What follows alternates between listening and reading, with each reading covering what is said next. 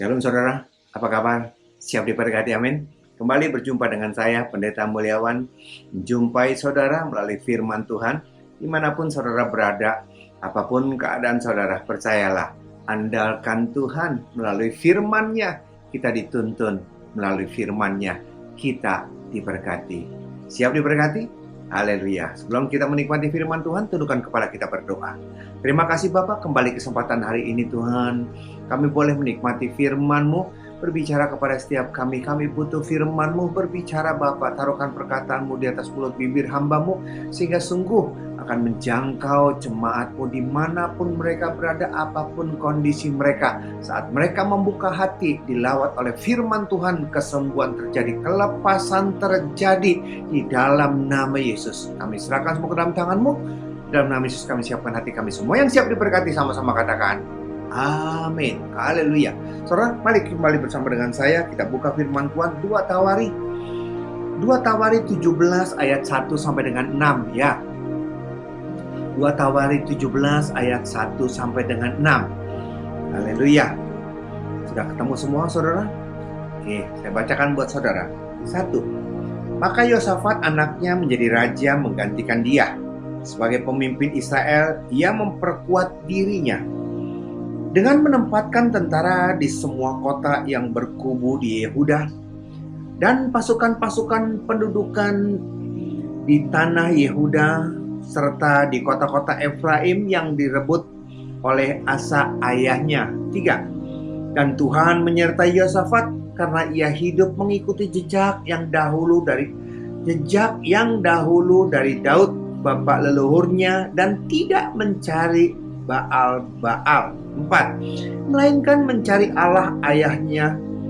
Ia hidup menurut perintah-perintahnya dan tidak berbuat seperti Israel.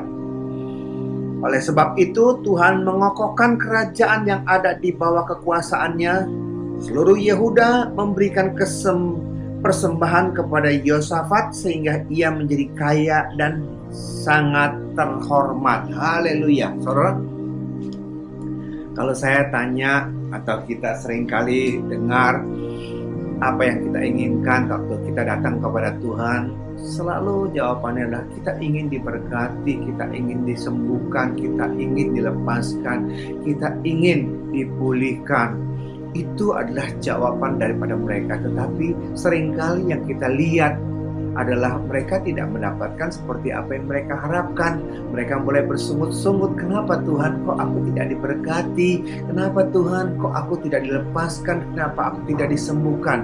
Saudara, hari ini kita akan belajar sama-sama bersama dengan Yosafat. Ini adalah pembelajaran yang sangat indah dan saya percaya saudara pasti diberkati. Amin. Saya sangat diberkati dengan firman Tuhan ini dan saya percaya akan menjangkau, memberkati saudara juga. Jadi, bagaimana Yosafat bisa diberkati? Bagaimana kita bisa diberkati? Kita lihat firman Tuhan ayat 1, saudara. Lihat ayat 1. Oke, dari ayat 1 sampai dengan ayat 5 itu kelihatan dengan jelas bagian-bagian daripada itu semua. Ayat yang pertama adalah maka Yosafat anaknya menjadi raja menggantikan dia. Sebagai pemimpin Israel, ia memperkuat dirinya. Saudara, ia memperkuat dirinya. Judul khotbah saya pada saat kesempatan hari inilah perkuatlah dirimu. Apa saudara? Perkuatlah dirimu. Ini saudara, ini yang luar biasa. Anugerah Tuhan saudara dan saya kita diberkati. Berkat Tuhan melimpah atas saudara dan saya. Kelepasan dan kemurahan, kebaikan, belas kasihan Tuhan melimpah atas saudara dan saya. Ya, tapi ada hal-hal yang dimana kita harus menyiapkan wadah. Kita harus menyiapkan kemampuan kita. Kita mempersiapkan diri, memperkuat diri kita untuk kita bisa. Jadi tidak semata-mata kita berkata Tuhan berkati, Tuhan lindungi, Tuhan. Tidak. Ada bagian kita. Saudara, bagian daripada Yosafat adalah satu. Dia memperkuat dirinya.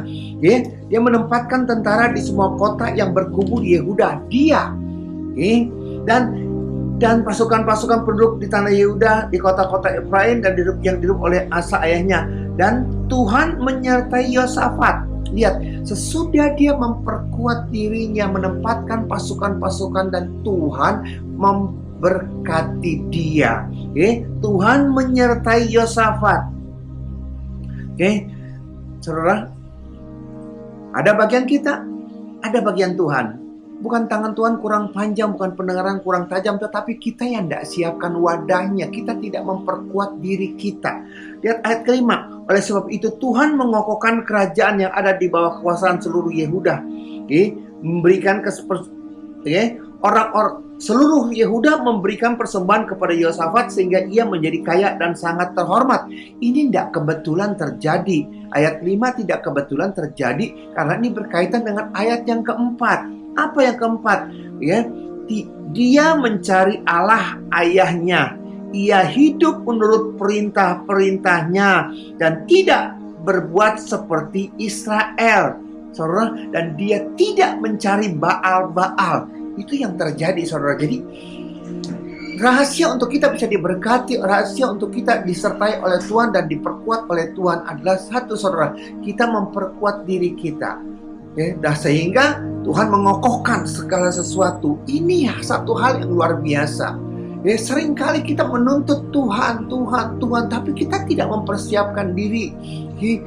Kita tidak memperkokoh diri kita. Kita tidak mempersiapkan wadahnya. Bagaimana Tuhan bisa bekerja? Tuhan akan mencurahkan berkat buat saudara dan saya. Tuhan memberikan air hujan buat saudara dan saya. Tapi kalau saudara tidak pernah menampung dengan wadahnya, saudara tidak pernah akan menikmati air itu. Saudara tidak pernah akan bisa menikmatinya. Karena saudara cuma bisa melihat. Itu yang terjadi. Seberapa besar, seberapa banyak, itu tergantung daripada saudara dan bukan tergantung daripada Tuhan. Tuhan tidak pelit. Tuhan mau saudara dan saya diberkati. Amin. Dia bukan sekedar mau saudara diberkati, tapi dia mau saudara dan saya kita berkelimpahan. Apa, saudara? Berkelimpahan, ya. Perkuat dirimu supaya Tuhan bisa bekerja dengan luar biasa memberkati saudara. Saudara, Pak, memperkuat diri itu seperti apa, Pak? Memperkuat diri. Saudara, seperti ini, saudara. Saudara mau pergi jalan-jalan ke pantai. Di dalam pikiran saudara, nanti kalau aku sudah ke pantai, aku mau main air laut, aku mau bermain pasir, bikin gunung-gunungan, bikin rumah-rumahan, bikin segala sesuatu dari pasir. Aku akan naik boat, speedboat di sono, atau motor air di sana. Udah kebayang seperti itu. Dan aku akan berenang, menikmati ombaknya, berenang di sana. Kita ke pantai, harapan-harapan, impian-impian yang kita inginkan dan akan kita dapatkan waktu kita datang ke pantai. Itu yang ada dalam pikiran kita. Tapi satu hal, begitu kita sampai ke sana, kita kurang perhitungan. Karena saat itu adalah saat badai. Bagaimana bisa main ke pantai, bagaimana kita bisa berenang, itu ombak 4-6 meter tingginya. Saudara, cuaca tidak baik di sana. Cuaca baik pun kalau ombak begitu tinggi, kita nggak bisa menikmati, kita nggak bisa berenang. Siapa yang bisa main perahu di sana, bisa terbalik? Dengan kekecewaan kita akan berkata hari ini, kali ini kita liburan, kita sia-sia, kita ke pantai cuma bisa melihat, tidak bisa main air karena apa? Ombak terlalu besar. Itu salah saudara sendiri. Kenapa saudara tidak mengambil papan atau sewa papan selancar? Ombak 4 meter, 6 meter, 8 meter itu ombak yang paling ditunggu oleh orang-orang yang suka berselancar. Pak, saya tidak bisa berselancar. Itulah saudara tidak mempersiapkan diri. Saudara cuma bisa main pasir, saudara cuma bisa main air laut, saudara cuma bisa berenang, saudara cuma bisa naik perahu. Kalau saudara memperkuat diri saudara dengan bisa berselancar, maka liburan saudara tidak akan gagal. Liburan saudara tetap masih bisa dinikmati. Kenapa? Karena orang yang bisa memperkuat diri dalam berbagai hal, dia akan menikmati hal-hal yang luar biasa yang orang lain tidak miliki. Amin. Memperkuat diri, memperkokoh diri. Saudara, kita pergi naik mobil, kita kehujanan, kita berkata gini, aduh ini hujan bagaimana gini. Terus langsung saya berkata, kenapa kamu tidak siapin payung? Ya bagaimana siapin payung, kan kita tidak tahu kapan hujan. Apakah kamu baru siapin payung sesudah kamu kehujanan? Atau kamu siapin payung sebelum kamu kehujanan? Kapan kamu mempersiapkan payung? Kapan kamu mempersiapkan papan selancar? Apakah tunggu gelombang tinggi baru kamu mau belajar berselancar? Apakah tunggu hujan nanti datang dulu baru kamu siapin payung? Maaf, terlambat. Siapapun yang bisa, siapapun yang siap, siapapun yang sudah punya kelebihan, dia akan menikmati kemudahan. Oleh karena itu, perkokoh, perkuat kapasitas kita supaya karena kita tidak tahu kapan masalah akan datang, kapan masalah akan datang menerpa, tetapi kapanpun masalah itu datang, kita siap menghadapinya dan Tuhan memperkokoh, Tuhan memperlancar, semua berjalan lancar. Ada amin? Haleluya. Itulah yang terjadi, saudara. Makanya saudara, kita lihat firman Tuhan saudara dalam Yosua 1 ayat 2. Saudara, Yosua 1 ayat 2. Kita lihat firman Tuhan. Hambaku Musa telah mati. Sebab itu bersiaplah sekarang. Seberangilah sungai Yordan ini, engkau dan seluruh bangsa ini, menuju negeri yang akan kuberikan kepada mereka, kepada orang Israel. Musa sedang meninggal. Yosua menggantikan Musa. Ini awal daripada karir Yosua. Dan waktu Yosua memimpin untuk masuk ke tanah Kanaan, apa perintah daripada Tuhan? Lihat ayat 6, ayat 7, ayat 9. Ini diulang 3 kali, pentingnya luar biasa. Dan ini yang Tuhan inginkan. Lihat ayat 6-nya. Lihat ayat 6-nya. Firman-Nya berkata, kuatkan dan teguhkan hatimu, sebab engkaulah yang akan memimpin bangsa ini memiliki negeri yang kujanjikan dengan bersumpah kepada nenek moyang mereka untuk diberikan kepada mereka. Kuatkan dan teguhkan hatimu. Kuatkan dan teguhkan hatimu. Itu 6 ayat 7-nya.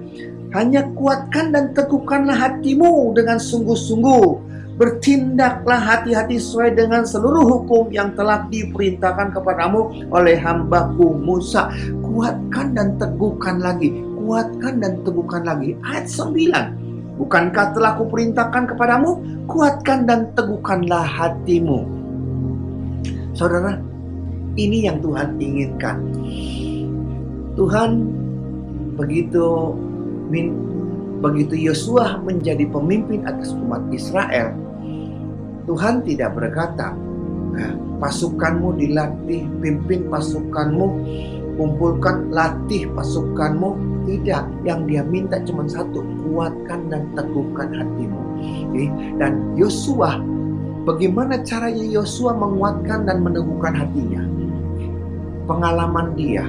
Yang Tuhan inginkan adalah pengalaman dia jangan sampai hilang. Saat dimana Musa memimpin umat Israel keluar dari Mesir, 10 tulah laut sungai Nil bisa jadi darah, tongkat jadi ular. Kemudian ada nyamuk, ada sampar, ada belalang, ada hujan es, ada batu. Itu semua, dan anak sulung yang mati dan anak sulung orang-orang Israel tidak ada yang meninggal. Itu semua jangan sampai hilang. Itu semua yang akan membuat dia ingat bagaimana. Itulah persiapan daripada Yosua. Kuatkan dan teguhkan hatimu. Kenapa harus hal seperti itu? Karena perintah daripada Tuhan untuk masuk ke tanah Kanaan, perintahnya tuh gak pernah masuk akal. Untuk membuat tembok Yeriko yang begitu tebal, yang 4 kereta bisa lewat di sana, hanya dengan jalan. Setiap hari sekali jalan. Itu yang terjadi, dan runtuh semuanya. Kalau dia tidak kuatkan dan teguhkan hatinya, perintah Tuhan untuk berkata kelilingi tembok Yeriko, nanti rubuh. Dia akan berkata, bagaimana mungkin tembok setebal itu bisa runtuh? Bagaimana bisa runtuh hanya dengan dikelilingi, hanya dengan dijalani? Bagaimana mungkin itu bisa semua terjadi?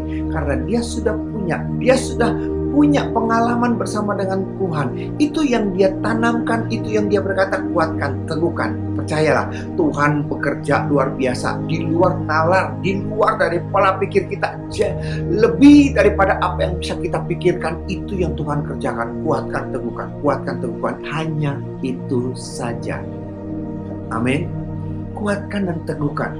Saudara, siapapun kita di tempat ini, saudara sudah menguatkan hati saudara? Saudara sudah menguatkan hati saudara? Perkuat dirimu sendiri. Kita tidak bisa lagi mengandalkan siapa-siapa. Perkuat dirimu sendiri. Pertanyaan adalah, saudara mau memperkuat diri nanti kalau masalah datang? Atau saudara mau memperkuat diri sekarang sebelum masalah itu datang? Pak, sama-sama diserang, beda. Kalau kita sudah memperkuat diri, ada serangan, kita perang, kita usir, selesai. Tapi kalau serangan datang, baru kita memperkuat diri, yang kalah. Contohnya, kita diserang karena kita sudah punya tentara yang terlatih, tinggal perang. Tapi kalau musuh datang, kita baru memperkuat diri, baru melatih, merekrut tentaranya, melatih fisik, melatih bagaimana cara menembak, bagaimana caranya perang, bagaimana cara gini. Begitu latihannya sudah bagus, dia udah kalah, musuh sudah datang. Itu yang terjadi. Oke, saudara, siapapun kita di tempat ini, ingat, bukan tangan Tuhan kurang panjang, tapi kita yang belum siap untuk memperkuat diri kita. Berapa banyak orang yang bisa komplain, berapa banyak orang hanya bisa komplain dan komplain saja. Nih, saudara, kita lihat saudara. Kita lihat orang yang komplain. Berapa banyak orang yang komplain. Sebelum kita masuk ke sana saudara, saya ingat cerita seperti ini saudara. Ada jemaat dia bilang seperti ini, Pak, Tuhan tuh pilih kasih ya Pak. Kenapa?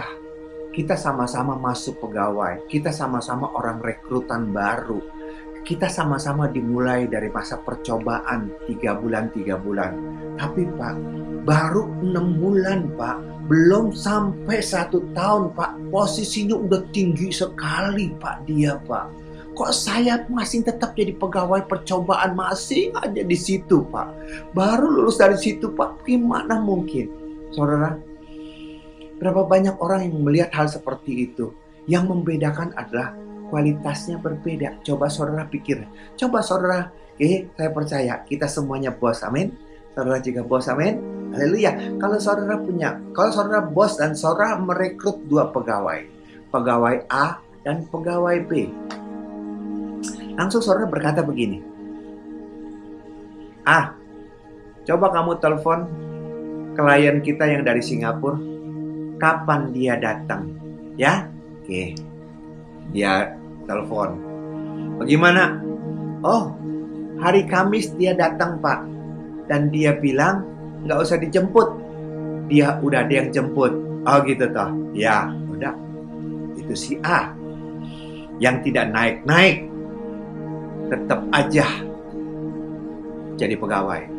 Yang si B, yang naiknya cepat, yang udah jadi manajer, yang udah jadi orang terpakai, udah bisa kepake dari situ.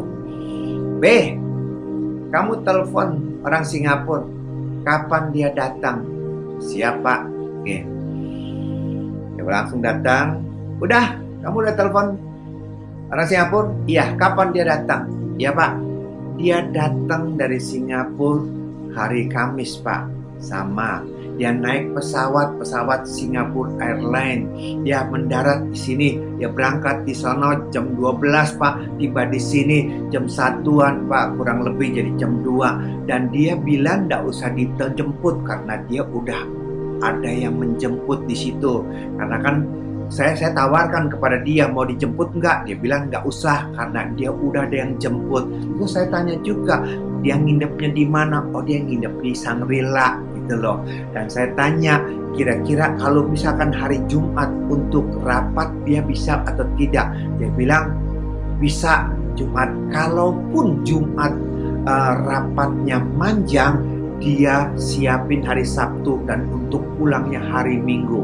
Dia udah siap, takutnya rapatnya tuh mepet, dia udah siapkan. Jadi dia punya waktu Jumat sampai Sabtu Pak, dan Minggu dia baru pulang. Dan waktu Minggu nanti pulang pun dia tidak perlu diantar. Karena apa? Karena dia sudah ada yang atur dan dia bisa pulang tanpa harus kita yang atur. Oh gitu toh? Iya. Kalau saudara bos punya 2 pegawai yang model seperti ini, kira-kira saudara suka dengan pegawai A atau pegawai B? Ya, saya juga setuju. Kita lebih prefer, kita lebih suka dengan B. Karena apa? Dia punya nilai tambah. Beda dengan si A. Ditanya itu ya udah, yang selesainya udah nggak mau tahu. Yang ini punya kelebihan. Dia punya kelebihan yang tidak dipunyai oleh si A. Dan orang seperti inilah yang dibutuhkan oleh perusahaan. Karena dia bisa mengambil alih pekerjaan dan mengembangkan pekerjaannya tanpa harus merepotkan, dan itu membantu perusahaan. Beda dengan si A, dia mah tukang becak, disuruh satu dan dia tidak bisa berkembang ke kiri dan ke kanan, dan kita mengulang dan mengulang untuk ngurusin dia satu. Untuk ngurusin dia satu, jadi repot perusahaan. Saudara, inilah yang terjadi. Kalau kita bisa memperkuat diri kita akan menjadi sesuatu yang lebih spesial, lebih daripada yang diharapkan. Dan saya percaya bos kita pasti suka. Amin. Satu hal lagi saudara, kita lihat di dalam Matius 12 43-45. Apabila roh jahat keluar dari manusia, ia pun mengembara ke tempat-tempat yang tandus mencari perhentian, tetapi ia tidak mendapatnya. Lalu ia berkata, aku akan kembali ke rumah yang telah kutinggalkan itu. Maka pergilah ia dan mendapati rumah itu kosong, bersih, tersapu, dan rapi teratur. Lalu ia keluar dan mengajak 7 roh lain yang lebih jahat daripadanya, dan mereka masuk dan berdiam diri. Maka akhirnya keadaan orang itu lebih buruk lagi daripada keadaannya yang semula. Demikian juga akan berlaku atas angkatan yang jahat ini. Saudara, ayat ini sudah sering kita baca. Amin. Inilah yang sering kali terjadi. Saudara, jujur, dalam pelayanan konseling, dalam pelayanan pelepasan, saya lebih suka menekankan konseling daripada pelepasan. Pelepasan untuk melepaskan roh jahat itu terlalu mudah, saudara. Kita punya otoritas, kita punya kuasa. Setan itu kalah, setan itu tinggal diusir. Tapi masalahnya, apakah saudara siap untuk dilepaskan? Apakah saudara sudah memperkuat diri saudara sehingga saudara bisa siap menghadapi setan, siap menghadapi kuasa kegelapan?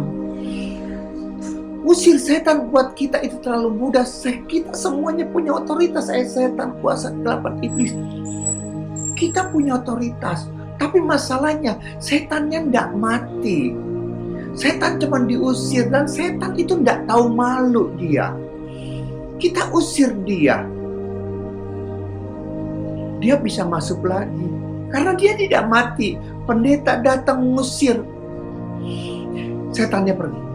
Pendetanya pergi, belum pergi, setan tuh bisa masuk lagi. Kalau saudara tidak memperkuat diri saudara untuk yakin bahwa saudara juga mampu, saudara juga bisa. Segala sesuatu kita kembali kepada diri kita. Bukan pendetanya kurang harapan, pendetanya masih muda. Jangan salahkan pendeta, atau jangan salahkan Tuhan, kuasanya sudah tidak ada. Itu zaman dulu, sekarang setannya galak, setannya canggih. Bohong saudara, sama semuanya. Setan gak pernah berubah, cara kerjanya pun sama. Tapi kitanya yang berubah, kitanya gak tahu, kitanya gak percaya, kita gak punya kuasa. Oleh karena itu saudara, pada keadaan pandemi seperti ini, kita sendiri yang harus yakin Tidak kebetulan semuanya ini terjadi. Sudahkah kita memperkuat diri kita sendiri? Kita tidak mungkin lagi pergi ke gereja. Gereja tidak semuanya buka. Kalaupun gereja ada buka, kita nggak bisa berdoa secara khusus seperti biasa. Karena peraturan-peraturan dari protokol kesehatan, protokol daripada pemerintah, kita tidak bisa lagi mengandalkan siapa-siapa. Yang ada sekarang adalah kita sendiri memperkuat diri kita. Melalui apa? Melalui firman Tuhan. Membaca firman Tuhan. Andalkan Dia. Mulailah kita punya persekutuan yang indah bersama dengan Dia. Karena dengan persekutuan seperti itu kita bisa melihat bagaimana Tuhan bekerja dengan luar biasa. Melalui saudara dan saya, kita semuanya punya kuasa yang sama. Dulu sekarang sama kuasanya, setan kalah. Tetapi masalahnya saudara tidak pernah sadar dan tidak memperkuat diri. Saudara mengandalkan pendeta untuk datang, saudara mengandalkan hamba Tuhan, saudara mengandalkan, saudara tidak apa-apa, tidak dosa. Tapi setan itu bisa balik lagi. 1 diusir, 7 datang lebih susah, lebih berat, lebih jahat. Kalau tahu seperti itu, ngapain diusir yang 1? 1 aja udah pusing, apalagi 7. Oleh karena itu, dimanapun kita berada hari ini saudara, dimanapun kita hari ini berada, percayalah, Tuhan tidak pernah ingkar janji, Tuhan tidak pernah salah. Tapi masalahnya adalah kitanya harus memperkuat diri kita. Memperkuat diri kita itu bagiannya. Begitu kita kuat, dan Tuhan akan mengkokohkan semuanya itu. Dan Tuhan tidak bisa bekerja kalau kitanya yang tidak siap. Amin saudara. Lihat ayat yang terakhir saudara. Kita lihat ayat yang terakhir. Lukas 14 ayat 28. Sebab siapakah di antara kamu yang kalau mau mendirikan sebuah menara tidak duduk dahulu membuat anggaran biayanya, kalau cukup uangnya untuk menyelesaikan pekerjaan itu. Lihat, sebelum ngebangun, mempersiapkan diri. Ada nggak uangnya?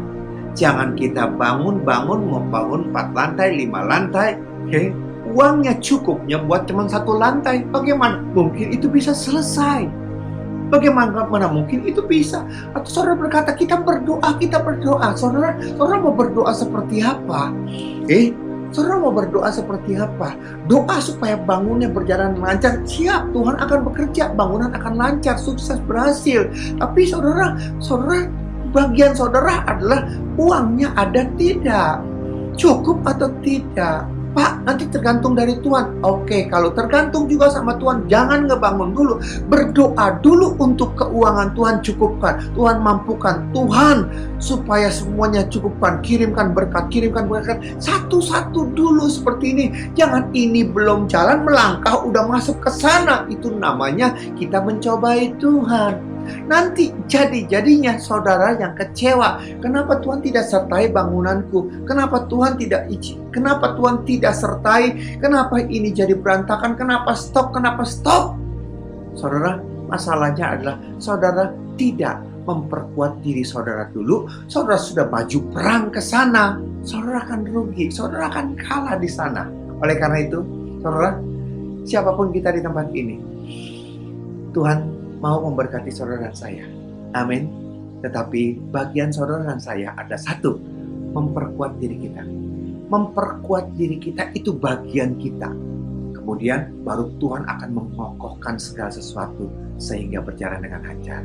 Amin. Tundukkan kepala kita berdoa. Firman-Mu sudah kami sampaikan Bapa, dan berkat-Mu kami percaya menyertai setiap mereka yang mendengarkannya. Ampuni mereka Tuhan kalau selama ini mereka menuntut kepadamu untuk diberkati. Mereka berdoa menuntut untuk disertai. Mereka berdoa untuk menuntut mujizat terjadi. Tetapi mereka belum punya wadah. Mereka tidak memperkuat diri mereka untuk siap melangkah Oleh karena itu, mampukan mereka Tuhan, sebelum mereka bertindak, mereka minta hikmat daripadamu, memperkuat diri mereka untuk menerima mujizat, memperkuat diri mereka untuk menerima kesembuhan, memperkuat diri mereka untuk melihat terobosan-terobosan yang baru, sehingga segala sesuatunya nyata, sempurna, bukan sekedar isapan jempol, bukan sekedar kata-kata indah bahwa Tuhan menyertai, Tuhan memberkati, tapi sungguh-sungguh mereka menikmati penyertaan daripada Tuhan. Mereka menikmati kesembuhan daripada Tuhan. Mereka menikmati mujizat yang daripada Tuhan. Terima kasih Bapak. Tutup bungkus mereka dengan kuasa darah-Mu. Pada saat pandemi seperti ini Bapak, inilah ujian buat setiap kami untuk kita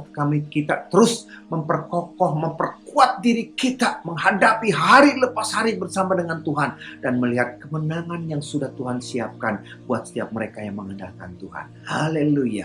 Memberkati senantiasa negara kami, Presiden, Wakil Presiden, Gubernur, Dokter, Suster, dan semua jajaran sampai yang terendah. Tutup bungkus Presiden negara kami Tuhan dengan kuasa darah-Mu, belas kasihan-Mu melimpah menyertai memberkati, sehingga negara kami dilindungi, dijagai, ekonomi negara kami dipulihkan. Terima kasih Bapak, dalam nama Yesus kami berdoa ucap syukur. Haleluya. Amin. Demikian saudara firman Tuhan. Tuhan Yesus memberkati. Shalom.